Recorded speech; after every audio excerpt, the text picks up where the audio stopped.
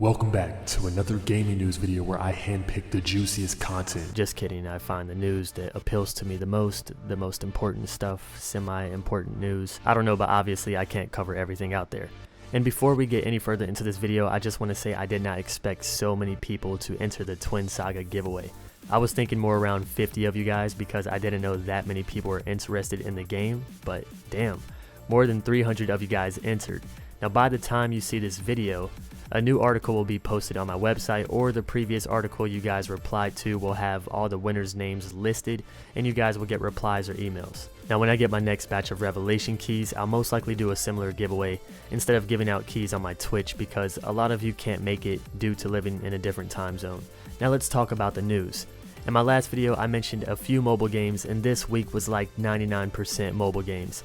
It was hard to find news on anything PC. And I told you guys mobile gaming really isn't my thing and I can't really see a future with it, but honestly I'm starting to.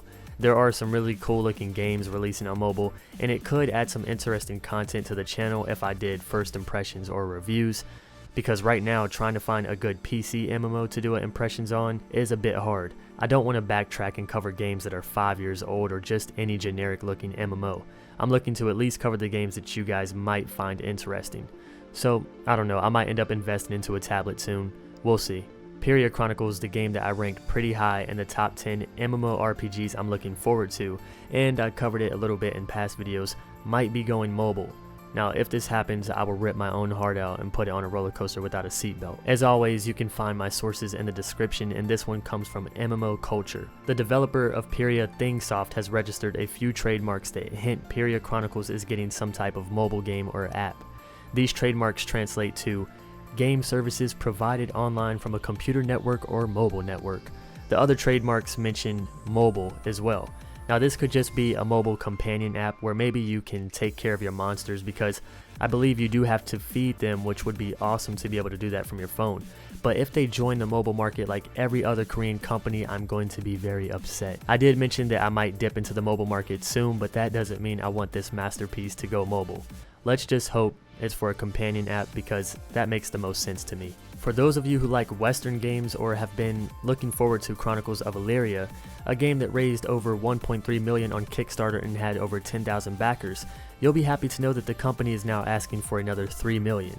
Why? Because they need another 2 million to get anywhere near completion, and for server hosting fees and the usual MMO needs, they say it'll be better to just make it a good 3 million. Personally, I wasn't too excited for this game, but I know a lot of you guys were. If I was a backer, I don't know if I'd be really mad, because if they are telling the truth, well, to make a good MMO, it's going to take a lot of money, and the hype for this game is pretty crazy, so to meet those expectations, they gotta do what they gotta do. But I think where people are getting pissed is that they feel the company should have set this goal from the start. Probably made the backers feel like this game was nearing completion, and now it's like, nope, we have a very long way to go and we need more of your money. So let me know what you guys think about this. Any backers watching this video? I know I said I wouldn't be too mad, but that also depends on how much money I pledged. Dark and Light, which should be coming out in the next month or so, shows us some new screenshots of the amazing and beautiful world. Floating islands, valleys, icy mountains, and more.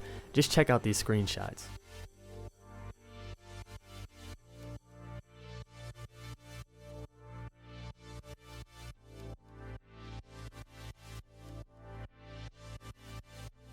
We also have news that Amazon Game Studios is working on 3 new games, and I'll link an article in the description, but the only one I want to talk about is New World, which seems to be a very player-driven game. Open world, if you want to be an explorer, you can do that. If you want to be a soldier that helps people, you can do that, as they mentioned in the kind of interview development video. It's going to be sandbox, and the world will constantly change with the seasons and weather and the time of day. We don't have too much on this game, but it seems a lot like Dark and Light minus the flying mounts and a bit more spooky. It takes place in a world full of magic and supernatural creatures from legends and myths. Everything supernatural exists here in the world of New World. The games they are working on all seem to have some type of Twitch integration. For example, in New World, the broadcaster can lead in-game events, achievements, and rewards. And since Amazon owns Twitch, you know, I guess that's why they're kind of pushing this Twitch integration thing with the games, and I think that's kind of cool. Also, Echo of Soul, which is ran by Area over here in the West, is getting picked back up by Kakao Games over in Korea. It was shut down last year in Korea, but Kakao plans to have an open beta test this month, adding new features, more maps, and a new class for testers to try.